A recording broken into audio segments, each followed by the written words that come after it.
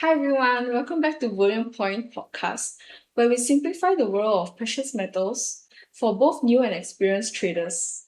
In our previous episodes, we've talked about why people invest in precious metals and how traders analyze the market. But today, we're looking at something much more hands-on, the different types of physical bullion products that are available. If you've ever browsed Bullion Point's website at bullionpoint.com, you'll notice there are bars, coins, cast bars, minted bars, and products from many different mints around the world. For someone who's just getting started, it can feel like there's almost too much choice. Joining me today is Oscar, a fellow precious metals investor. We'll be sharing our thoughts on the different products available and hopefully make it a little easier for beginners to understand what they are looking for. Welcome, Oscar. Happy to be here.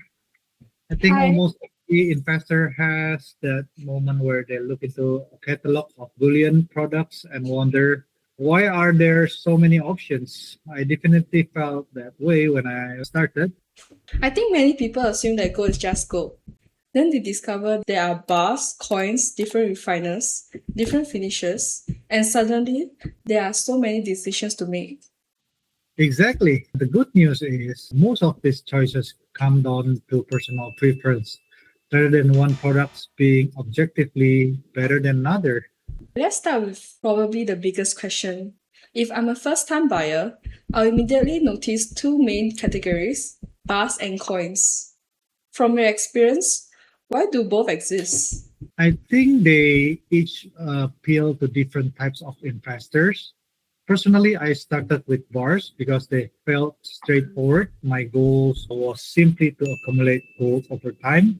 Bars are clean, simple, and available in many different sizes. I'm actually the opposite. Whenever I see bullion coins, I'm always impressed by the artwork. Some of the designs are incredibly detailed. Even people who earn investors often appreciate the craftsmanship. That's true. Some coins almost feels like miniature work of art. They can feature wildlife, national symbols, and famous historical designs. So while both bars and coin contains investment grade precious metals, some people enjoy owning coins because of the design as well. Another question people often ask is whether they should start with gold or silver. There's no single answer, but what was your experience? I began with gold because I was interested Mm. in long-term wealth preservation, but I gradually added silver as well because it's much more affordable per ounce. So it's an easier way to build up like a physical collection. I think that's one advantage many appreciate. You don't necessarily need a large budget before you can start investing in physical precious metals. Exactly. Whether it's gold or silver, there are products available at different price points, which give the new investor some flexibility. Something that confused me when I first started was the difference between minted and custard bars. At first glance, I assumed one must be higher quality than the other. I think a lot of beginners think that. In reality, both contain the same precious metals. The biggest difference is simply how they're made. Minted bars are manufactured with precision machinery, so they have smooth surfaces, sharp edge, and polished finish.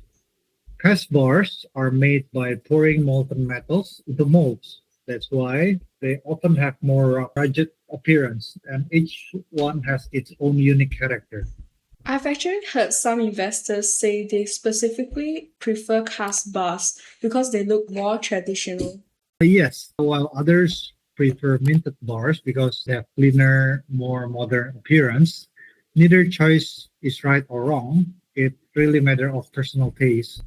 Another thing new investors notice is the different brands available.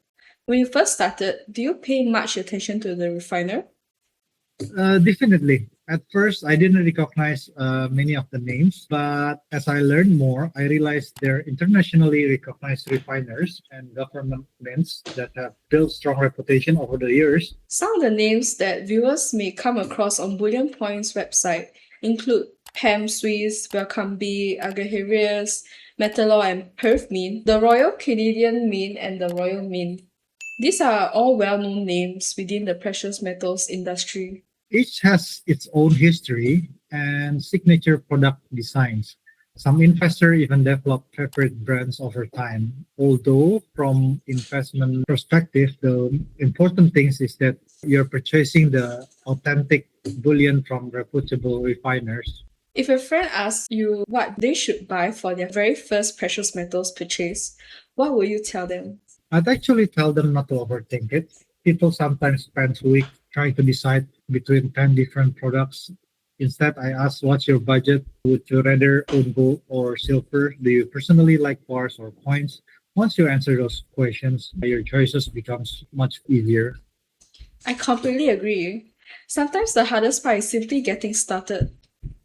As you continue investing, you naturally learn what products you enjoy owning and what fits your investment goals. One thing I've learned is that there isn't a perfect bullion product. Every investor journey is different.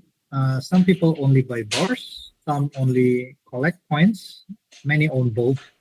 The important thing is understand what you're buying instead of simply following what everyone else doing. That's a great takeaway. Precious metals investing isn't about choosing the best bars or the best coins. It's about finding the products that suit your own investment objectives and preferences. Oscar, thanks so much for joining us today. Right, thanks for inviting me. Hopefully, we've made different bullion products a little less intimidating for anyone who just started out. And thank you everyone watching this video.